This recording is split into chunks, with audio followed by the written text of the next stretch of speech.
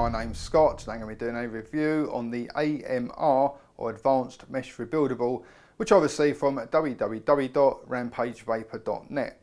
Before I start though, I must point out I did receive it free of charge for the purpose of conducting a review. My opinion of the product remains true, honest and accurate as always. Okay, let's go straight ahead and show you in a bit more detail. Okay, so here we have the A.M.R, which stands for Advanced Mesh Rebuildable. And this is basically a top-fed Genesis atomizer. So rather than having the tank at the bottom feeding juice upwards, the tank is at the top feeding juice downwards. Made out of medical grade stainless steel with the exception of the tank inside here and the brass contacts here and inside the atomizer housing. Build quality is very good, you know, everything screws up nice and smoothly, really good quality threading there as well. Now I do need to point out that the A.M.R has been made specifically for the Adam, so if you don't have an Adam then there's not a lot of point in getting one, unfortunately. I know some people have mentioned about there's an adapter on the website for attaching this to a GG, but the website description says it's for attaching Adams to GG tanks rather than Adam tanks to GG products, so as far as I'm aware it won't actually work with the A.M.R. Okay, so on the base of the A.M.R you're going to find a native connection for the Adam, and this allows you to screw it directly onto it and then get that really nice sort of hybrid look. Just above that you're going to find the airflow control ring, which allows you to adjust the drawer to your liking. So if you prefer to have a tight drawer you can do, if you prefer to have a looser drawer you can do as well. And this is done just by simply sliding this ring up or down, and as you can hopefully see you start to cover up the air hole there. You then have the tank, which I believe is made out of polycarbonate, and as it's made out of polycarbonate you may want to avoid any e-liquids that are known to crack tanks. And according to my syringe this holds around 2.5 millilitres of e-liquid. And then protecting the tank is this rather groovy looking tank cover, and in the top you're going to find space for a 510 drip tip, and just about every drip tip I've tried in there fits in there really nice and snugly. Okay, so here we have all the parts that make up the A.M.R. So you have your base section, and like I said, this screws directly onto the Adam to give you that nice sort of hybrid look. On top of it you're going to find your positive and negative terminals, which allow you to connect up your wick and coil. This part then gets screwed on top, and as you can hopefully see you have a small hole in the centre, and the wick will be fed through that hole and then fed directly into the tank. And then finally you have the tank cover. Okay, so what I'll do now is just to very quickly show you how I've been getting my one all set up. Okay, so for my wick I cut out a piece of 400 mesh at a length of 35mm by a width of 25mm, and I then rolled it up and oxidised it, and obviously to form myself a nice sort of long thin tube. Now when you roll this up you want to make sure it's going to fit down that central hole, so it's not too tight but also not too loose either. Now when it comes to wire, obviously you can use whatever gauge that you prefer personally. For me though, I'm going to be using some 0.28 gauge Canthal. Now normally I would always install the wick first and then start wrapping my coils, but with the A.M.R I do find it a lot easier to wrap the coils first around the wick and then install it afterwards. So that is what I've done here. And then to install it you can just drop it into position, wrap each end of the wire underneath each terminal, then take your Phillips head screwdriver out and just tighten it up.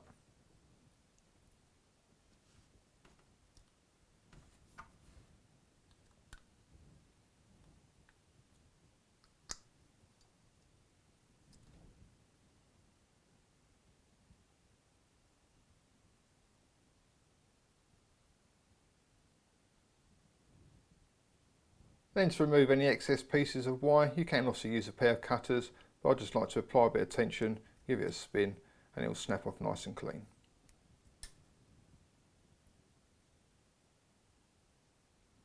Okay, so I've just attached it to my Adam because I want to obviously make sure that coils are going to light up evenly and at the same time. Just done a very sort of quick test fire and I can see I've got a little bit of a hot spot, so what I'm going to do is just use the old pulse method to hopefully get rid of that, and then it's basically I'm just going to be tapping the button.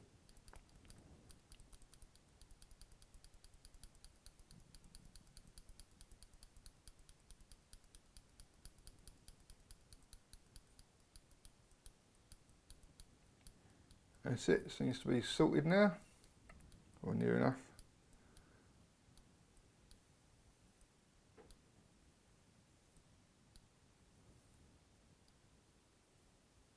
that seems to be fine.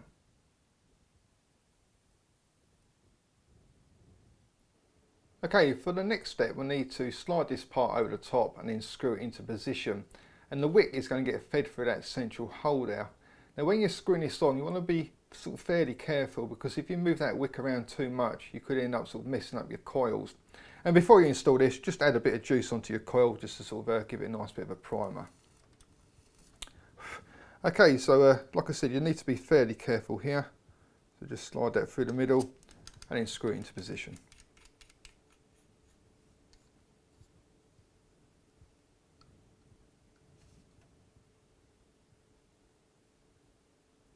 So once all your wick and coils are set up nicely, you can then just take your bottle of e-liquid and fill the old tank up.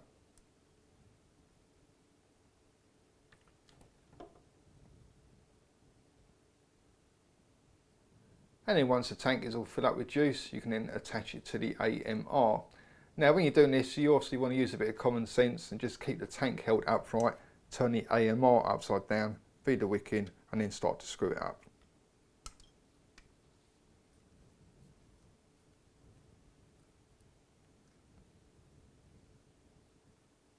And then to finish off, you can just take the tank cover, slide it over the top and screw it all the way down, and then take your drip tip and whack that in the end. Okay, so that is the A.M.R. Let's go ahead, see what it vapes like. Okay, so that was the A.M.R, and what I'll do now is go ahead and show in action. So obviously I'm going to be using it on the A.M.R. I've got a fairly fresh 18500 battery in there, come off the charger around sort of 30 minutes ago, and I've been having a bit of a vape. I'm going to assume it's reading around sort of 3.9 volts, something like that now. I've not measured the resistance of the coil, but from past experience it should be reading around sort of 1.2, 1.3 ohms. And I've got the tank filled up with some 18mg strength tobacco flavoured e-liquid. It's just a PG e-liquid.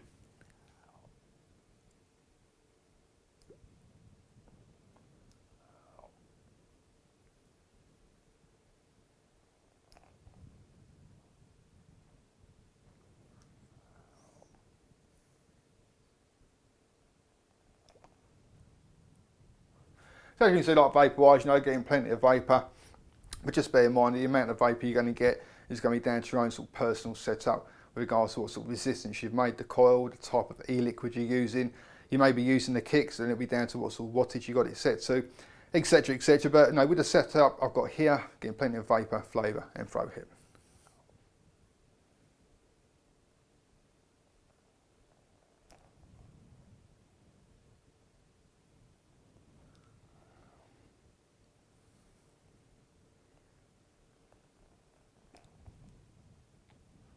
With regards to the warmth of the vapour, it's surprisingly cold, and it's probably the coolest vape out of all the atomizers I've ever tried. What's strange about it though is that the actual atomizer itself, like the outer casing, gets pretty warm pretty quickly. But as you're inhaling on it, especially if you've got your tongue quite near the end of the drip tip, you know, it really does, it's not icy cold, but it feels very, very cold indeed. So if I was going to say that one was a cool vape or a cold vape, and 5 was a really hot vape, this is definitely the coolest vape that I've ever tried, so it's going to have to be a 1. So if you like your cold vapes, you know, you're probably going to really like it. If you like your hot vapes, it's probably one to avoid. But like I said, it really is quite surprising just how cold it actually is, especially when you can feel how warm, you know, the actual atomizer section is getting.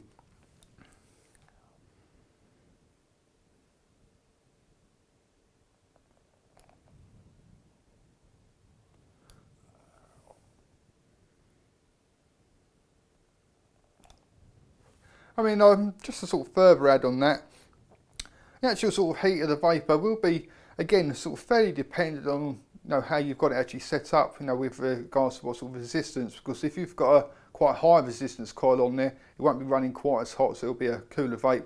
If you've got a really low resistance coil on there, it's going to be running hotter, obviously producing a warmer vape. But this is like a 1.2, 1.3 ohm coil, so it's not a particularly high resistance. It's definitely more low resistance than a high resistance. And it should be giving me a really nice warm vape. Like I said, it just comes across, you know, very, very cool.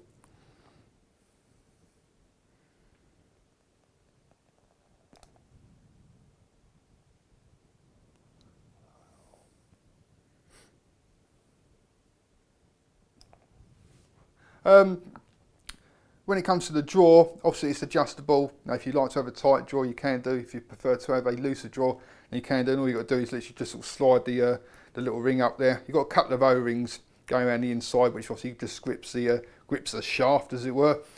And you can just sort of adjust it to how you like it. For me personally, I've just been keeping it in its sort of most open position. So in theory, it should be like a really loose drawer. But even in its most open position, it's still a pretty tight drawer, to be honest. If I was going to say that 1 was a really loose drawer, 5 was a really tight drawer, no, even in its most open position, I'm still going to say it's probably around sort of 3.5, so it's still pretty tight drawer, really. It's completely tight now, so I put it the wrong way. That's it.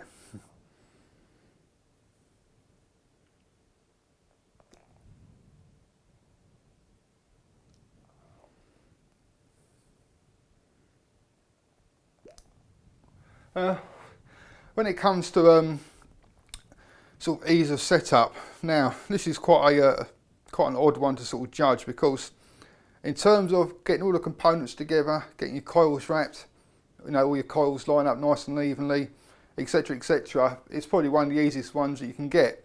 And as long as you make sure the wick is not too fat, so it goes through the hole nice and smoothly, and also if you wrap your coils before you install the wick as well, then it really is you know, quite a simple one to get set up. However, I don't get on well whatsoever with top feeding Genesis atomizers. And I think this is the first one I've reviewed, but over the last year I think I bought 3 atomizers and a top feeding Genesis hybrid. And every one of them I just can't get on with at all. They've probably had about an hour or two's worth of use, and it's just been complete frustration, to be quite honest. And the reason being is because they just don't seem to wick all that well, which sort of defies all logic, because if the tank is above the wick, you know, gravity's on your side, it's going to be pushing that e-liquid down, so in theory you should never get a dry hit. But for whatever reason, for me and you know, quite a few of my sort of vaping buddies have got top feeding Genesis atomizers, and they're experiencing exactly the same thing as me. And for whatever reason, even though the juice is up here, the coil's down here, so gravity should be forcing that juice down, for whatever reason it just doesn't seem to wick that well. And I think it's going to be down to something like an airlock or something sort of simple like that. Now, I've had this for around, it must be around sort of 2.5 months, maybe a little bit longer, and I've gone through quite a few different setups. And up until I'd done this setup here in my hand, excuse me, I had exactly the same things, you know, where it's just like, you know, I can take 2 drags, lovely flavour, vape, etc., etc. The 3rd drag is coughing me nuts up, because it's just a dry, burnt hit, where obviously the no juice is getting down to the coil quick enough. And I've tried it with various sort of different resistances. I thought, well, let's put a really high resistance coil in there, hopefully that won't sort of burn it up so quickly. Didn't make any difference. And it's basically just the juice could not get down to the bottom of the coil, because it just simply wasn't wicking. And like I said, I was all prepared going into this review to be saying exactly the same things, but since this setup, for whatever reason, this setup has worked absolutely spot on, no problems whatsoever. And I've been vaping on it obviously forever, however long I've been recording this part of the review, and about sort of, you know, half hour beforehand, and I've not had a single dry hit. And I was expecting me to review this, every couple of drags, and then sort of cough my nuts up, couple of drags, cough my nuts up. And this one here, for whatever reason, has been vaping absolutely perfectly. I can't give you any explanation why. It's pretty much exactly the same sort of setup as what I've been doing in all the previous ones, in all the other sort of top feeding Genesis atomizers I've tried before, etc., etc. And but for whatever reason, it just seems to be working at this precise time, which is quite good, because I'd rather be sitting there having a vape and a chat than sitting there having a chat and a cough, basically. So in terms of ease of setup, in terms of getting all the parts assembled, your coils all lit nice and evenly, etc., etc. If I was going to say 1 was really easy, 5 was really hard. No, if I was going to say 1 was really hard, 5 was really easy, then it's a 5, because it really is a nice, simple, straightforward one to put together. If I was going to say the same thing in terms of actually getting it to work consistently, then you know, before this setup here, it would have been a 1. As I've got one setup working really nicely at the moment, then I'm going to give it a 2. So if you've never used the top feeding Genesis atomizer before, personally, based on my sort of personal experience, I would say avoid them like the plague, because for whatever reason, they just don't seem to work as well as the Genesis atomizers where the tank is on the bottom. If you like your top feeders and you've got an Adam, you'll probably absolutely love it and you'll probably get on fine with it. But for whatever reason, top feeding Genesis atomizers just seem to be my sort of Achilles heel.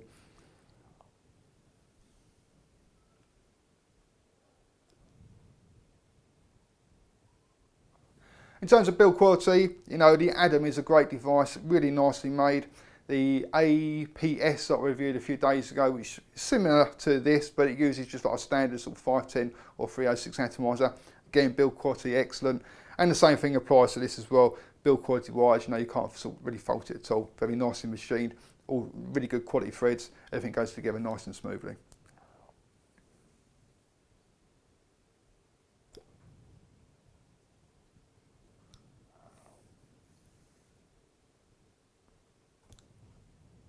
Honestly, can't believe how nice this is vaping now. And like I said, I could take this apart, put a new setup, and I'll be back to square one. So I'm not sort of seeing the light as it was as yet. And I'd still say, me personally, you know, avoid top feeding Genesis atomizers. That's just my own personal opinion though. Okay, then it's not a great deal else I can really sort of tell you about it. If you fancy trying it out for yourself, then go along to www.rampagevapor.net. Thank you very much for watching. Also come along and visit my website at www.e-cig-reviews.com. That's e-cig-reviews.com. Cheers guys, happy vaping. See you later.